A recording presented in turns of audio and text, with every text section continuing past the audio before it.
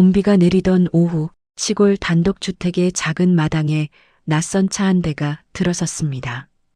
운전석에서 내린 젊은 여자는 밝게 웃으며 인사했습니다. 어머니, 저예요. 수진이에요. 김정혜 여사는 집 안에서 걸어 나왔습니다. 아이고, 먼 길 오느라 고생했겠네. 아닙니다, 어머니. 오늘은 갈비탕 끓여왔어요. 요즘 어머니 입맛 없으시다 하셨잖아요. 정혜는 웃으며 손을 잡았습니다. 얘는 어쩜 이렇게 살갑니까? 아들보다 낫다니까. 그날 저녁 수지는 부엌에서 김을 굽고 정혜는 작은 식탁 위에 국을 올렸습니다. 이거 너 시댁에서 이렇게 고생 안 해도 돼. 어머니, 저는 어머니 집이 더 편해요. 친정같이 따뜻하잖아요. 정혜는 그 말이 그렇게 고마웠습니다. 남편이 세상을 떠난 후 오랜 세월 혼자 밥을 먹었기에 누군가가 그 식탁에 함께 앉아 있는 게 눈물 나게 고마웠습니다. 그날 밤 수지는 부엌을 정리하며 말했습니다. 어머니, 요즘 집 리모델링 하셔야겠어요. 지붕도 조금 샌다면서요? 그래야지. 돈이 문제야. 제가 한번 알아볼게요. 제가 아는 데가 싸고 잘하거든요. 정혜는 고개를 끄덕였습니다. 그래, 내가 알아봐줘라. 그때 수진의 눈빛이 잠시 반짝였습니다. 그녀의 눈에는 다정한 며느리의 미소 대신 묘한 계산이 스쳐갔습니다. 이 집 생각보다 괜찮네. 위치도 좋고 땅값도 오를 텐데. 그녀는 미소를 지으며 부엌 불을 껐습니다. 어머니, 이제 주무세요. 내일 아침엔 미역국 끓여드릴게요. 정혜는 고개를 끄덕였습니다. 그래, 수진아. 고맙다. 밤이 깊어지자 수진은 혼자 거실을 둘러보았습니다.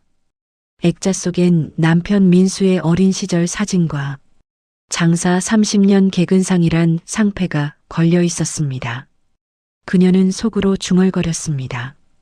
세상 참 간단하네. 이렇게 믿음 많은 사람 하나만 잘 잡으면 인생이 바뀌는 거야. 며칠 뒤 수지는 다시 찾아왔습니다. 이번엔 서류 봉투를 들고 있었습니다. 어머니, 요즘 정부에서 주택 리모델링 보조금 나온대요. 신청서만 내면 도배나 보일러 교체는 무료래요. 정말이니? 그럼 해야지. 그런데요, 어머니 명의 확인 서류랑 도장만 있으면 돼요. 제가 다 처리해 드릴게요. 정혜는 아무 의심 없이 도장을 건넸습니다. 너 아니면 이런 거 못하지.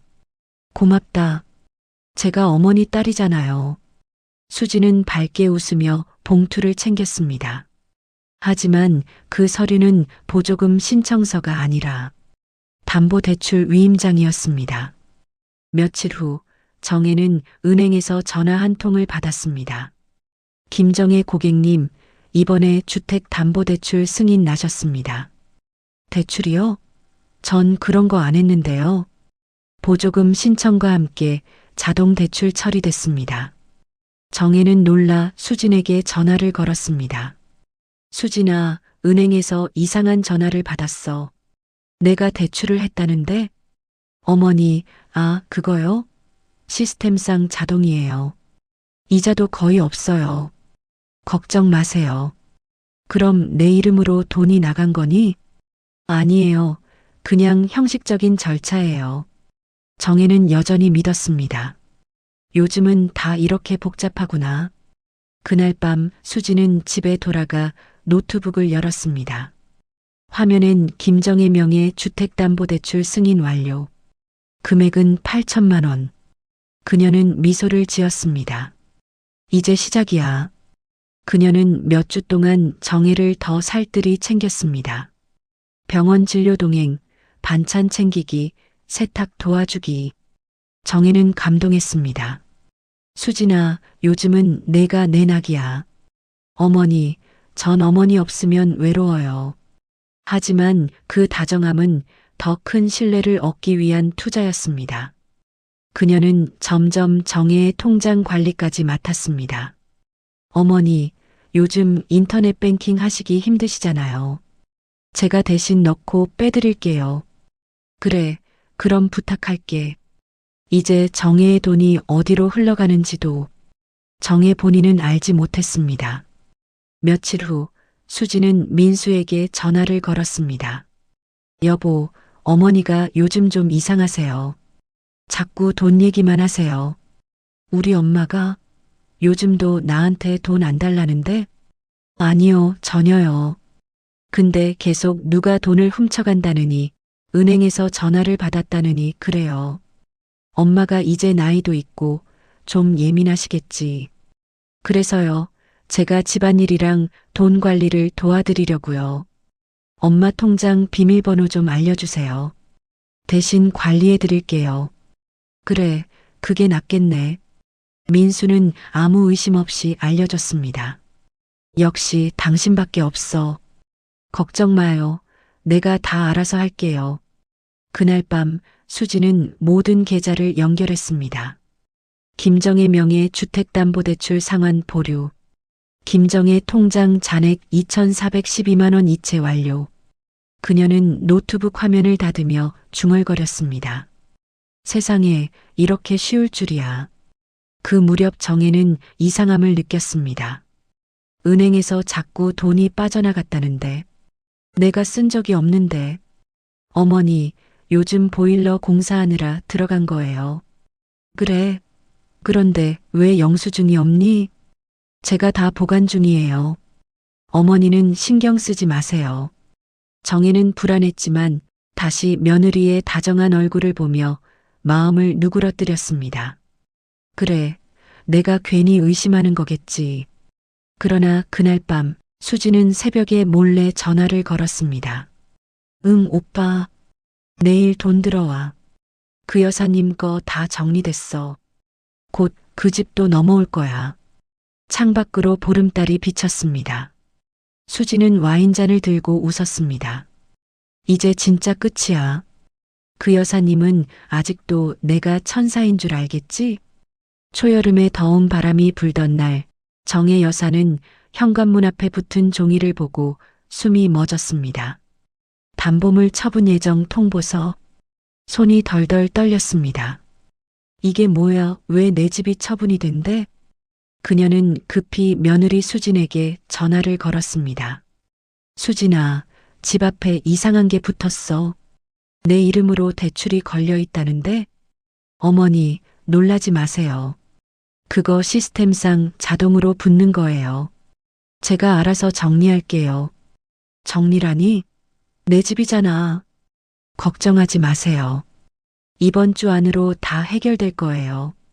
하지만 일주일이 지나도 아무런 변화가 없었습니다. 대신 은행에서 또 다른 우편이 도착했습니다. 상환 독촉서 연체 2회차. 정혜는 미칠 듯이 전화했습니다. 수진아, 왜 아무 조치가 없어? 어머니, 제발 진정하세요. 이건 다 처리 중이에요. 거짓말 하지 마. 너 내 도장 빌려서 뭐 한 거야? 잠시 정적이 흘렀습니다. 수지는 냉정하게 대답했습니다. 어머니가 빌려주셨잖아요. 전문가도 확인했고 서류상 문제 없어요. 정혜는 손에서 전화기를 떨어뜨렸습니다. 내가 언제 그걸 이렇게 쓰라고 했니? 그날 밤 정혜는 노트북을 켜고 은행 앱을 열었습니다. 계좌 잔액은 0원이었습니다. 모든 돈이 빠져나갔습니다. 그제야 깨달았습니다. 그동안의 반찬, 다정한 말, 따뜻한 미소, 모두 이 순간을 위한 거짓이었습니다. 그녀는 새벽녘까지 잠들지 못했습니다. 창문 밖으로 빗소리가 들려왔습니다. 내가 왜 이렇게 어리석었을까? 다음 날 정혜는 직접 은행을 찾아갔습니다. 이 대출 취소할 수 없나요? 어머니, 본인 명의로 진행된 대출이라 불가능합니다. 서류상 모든 절차가 정상이거든요. 위조됐어요. 필체도 달라요. 위임장에 어머니 도장이 찍혀 있습니다. 정혜는 주저앉았습니다. 그 도장 하나가 내 인생을 망쳤네. 며칠 뒤 아들 민수가 집을 찾아왔습니다. 엄마, 왜 수진이한테 그렇게 하세요? 뭐가? 수진이가 울었어요. 엄마가 자꾸 자기를 의심한다고. 민수야, 그 여자가 내 집을 담보로 잡았어. 그럴 리가 없어요. 그 사람은 엄마를 위해서 뭐든 하는 사람이에요. 정혜는 숨을 크게 내쉬었습니다. 그래, 내가 믿는 사람이면 됐지. 그녀는 아들의 나가는 뒷모습을 보며 조용히 중얼거렸습니다.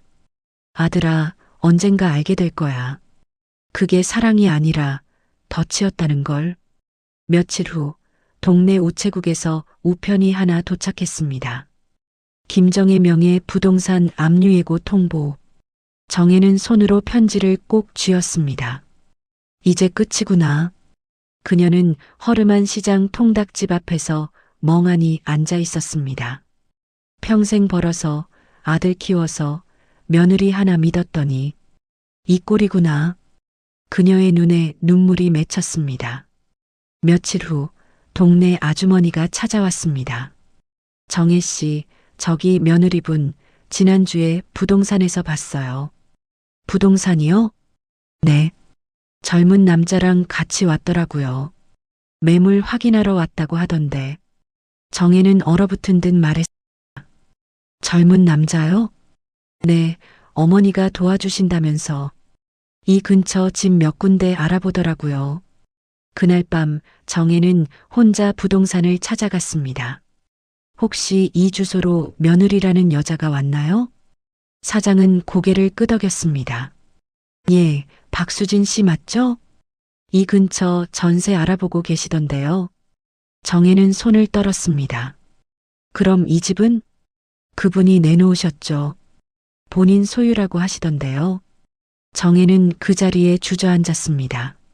내 집을 그 여자가 팔려고? 그날 밤 정혜는 마음을 다잡았습니다. 그래, 내가 이렇게만 당하진 않지. 그녀는 다음날 구청과 경찰서를 오가며 상담을 시작했습니다. 명의도용 사건 접수하고 싶습니다.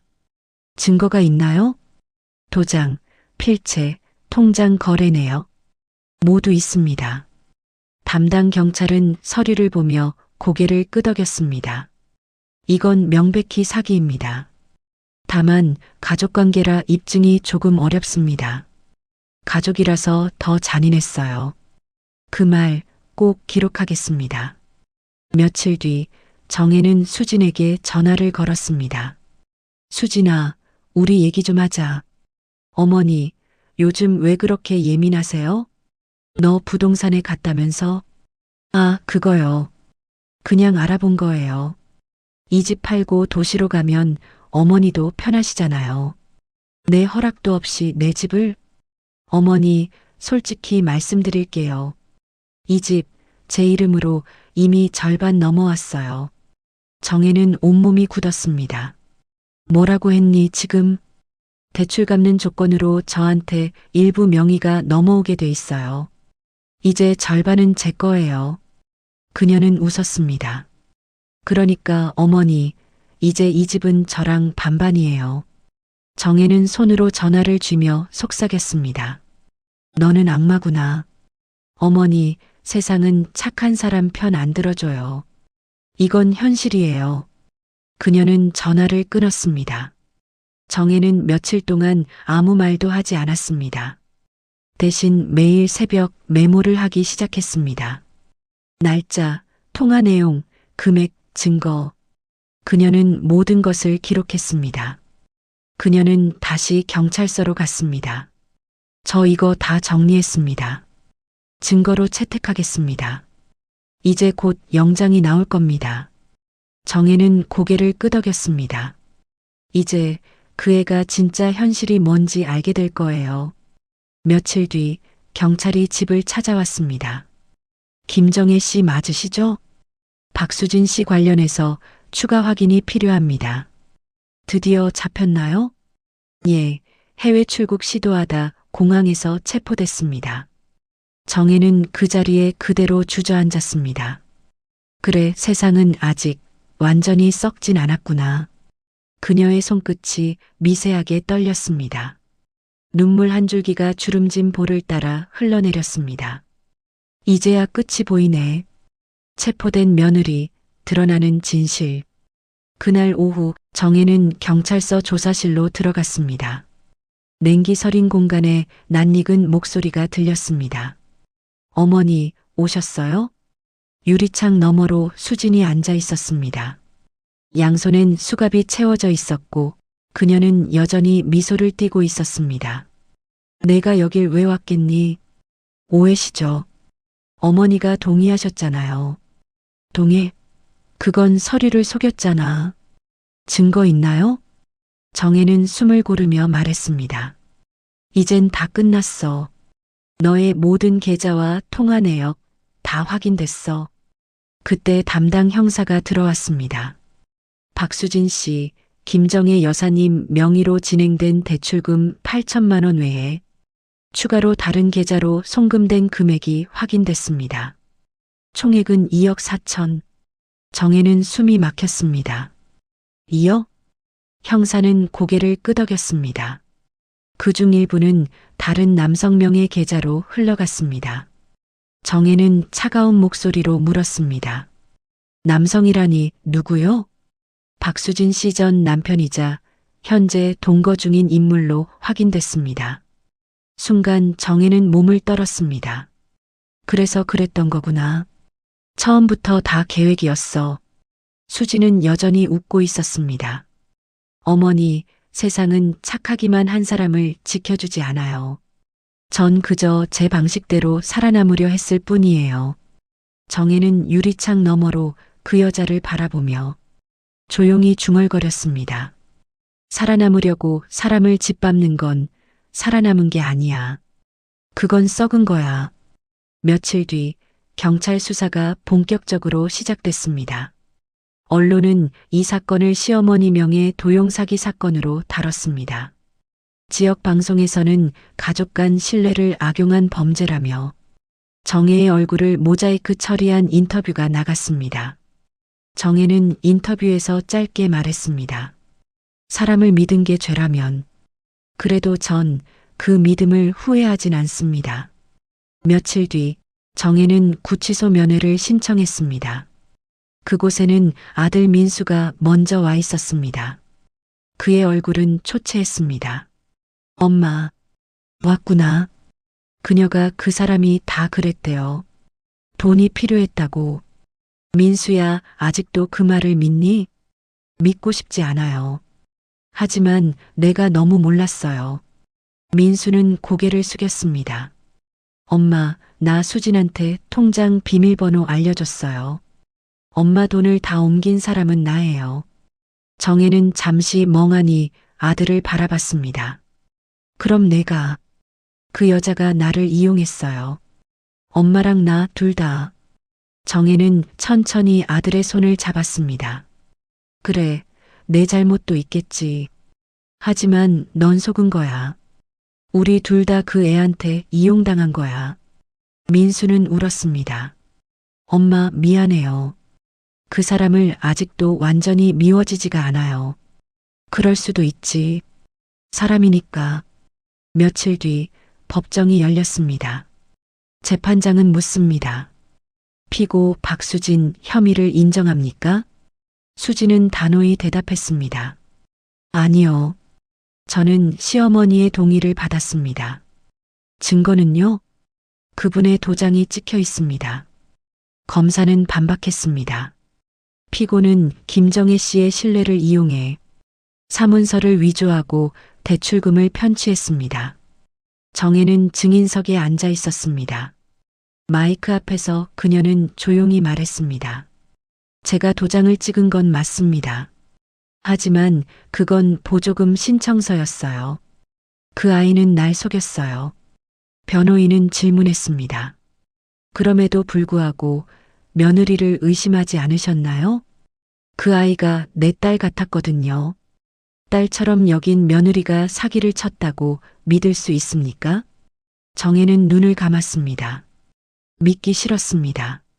하지만 믿지 않으려 해도 진실은 사라지지 않더군요. 그 말에 법정이 조용해졌습니다. 며칠 뒤 판결이 내려졌습니다. 피고 박수진에게 징역 5년을 선고합니다. 정혜는 한동안 아무 말도 하지 않았습니다. 법정 밖 복도에서 수진이 경찰에 이끌려 나오며 말했습니다. 어머니, 결국 이기셨네요. 정혜는 담담히 대답했습니다. 이긴 게 아니야. 그냥 끝낸 거야. 그녀는 고개를 돌렸습니다. 넌 내 가족이었어. 그래서 미워할 수도 용서할 수도 없어. 수지는 잠시 고개를 숙이다가 미소를 지으며 말했습니다. 어머니, 전 아직 지지 않았어요. 그 말에 정혜는 몸을 떨었습니다. 그녀의 눈빛은 여전히 차가웠습니다. 마치 또 다른 계획이 남아있는 사람처럼. 그날 밤 정혜는 창문 밖 어둠을 바라보며 중얼거렸습니다. 끝난 줄 알았는데 그 아이 눈빛이 아직 살아있더라. 불 꺼진 거실, 벽에 걸린 가족 사진 속에서 그녀의 미소는 사라져 있었습니다. 감옥의 편지. 박수진은 구속된 지 석 달째. 회색 벽 안에서 날마다 같은 하루가 반복됐습니다. 그녀는 매일 작은 노트를 꺼내 누군가에게 편지를 썼습니다. 어머니, 이곳에서 하루하루 생각합니다. 제가 왜 그렇게 했을까요? 처음엔 진심이었어요. 정말로 어머니가 좋아서였어요. 편지를 봉투에 넣고 주소를 적었습니다. 김정혜 여사님 앞으로. 하지만 정혜는 그 편지를 받지 않았습니다. 보내지 말라 하세요. 그래도 읽어보시는 게. 그의 말은 이제 들을 필요 없어요. 그녀는 그저 창문 밖을 바라봤습니다. 그 애가 내게 남긴 건 믿음의 상처뿐이야. 그날 밤 수지는 교도소 동료에게 속삭였습니다. 밖에 있는 오빠 아직 나 기다리고 있을까? 그 남자? 몰라. 근데 진짜 널 사랑했대? 수지는 미소를 지었습니다. 사랑이 아니라 거래였죠. 그 사람 덕에 돈도 움직였고 계획도 가능했어요. 그녀는 벽에 머리를 기댔습니다. 이 세상에 진심은 없어요. 이제부터 다시 시작해야지. 그로부터 2년 후 정혜는 다시 시장으로 돌아왔습니다. 작은 반찬 가게를 열고 하루하루 손님을 맞이했습니다. 어머니, 이건 서비스예요. 됐어요. 돈 받아야지. 그래도요, 그 시절에 다들 어머니 걱정했어요. 정혜는 웃었습니다. 이제 괜찮아요. 그냥 다시 사는 거죠. 그녀는 젊은 상인들에게 종종 말했습니다. 사람을 너무 믿지 마세요. 계약이든 말이든 기록으로 남겨야 합니다. 이제 그녀는 세상 앞에서 약한 할머니가 아니었습니다. 가슴 한쪽엔 상처가 남았지만 그 상처 덕에 세상을 똑바로 볼 수 있게 되었습니다. 그러던 어느 날 우체국에서 편지 한 통이 도착했습니다. 발신 서울여자교도소 사동 12호 박수진. 정혜는 한참 동안 봉투를 바라보다가 조용히 봉투를 열었습니다. 어머니, 저는 이제 곧 출소합니다. 제 아기는 벌써 3살이 되었어요. 어머니의 손자입니다. 한 번만 뵙고 싶어요. 그 아이에게는 죄가 없잖아요. 정혜는 한동안 아무 말도 하지 않았습니다. 그저 사진 한 장을 꺼내보았습니다. 작은 아이가 웃고 있었습니다. 어딘가 낯익은 눈매였습니다.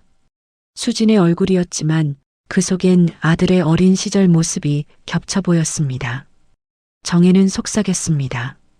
그 아이는 무슨 죄가 있겠니? 며칠 뒤 수진이 출소했습니다. 언론에는 전 시어머니 명의 도용 사건의 주범, 모범수로 조기 출소라는 제목이 붙었습니다. 그녀는 다시 세상으로 나왔습니다. 세상은 아직도 나를 미워하겠지. 하지만 그녀는 웃으며 말했습니다. 미움도 관심이에요. 그걸 이용하면 돼요. 그녀는 SNS를 시작했습니다. 착한 시어머니에게 용서를 구합니다.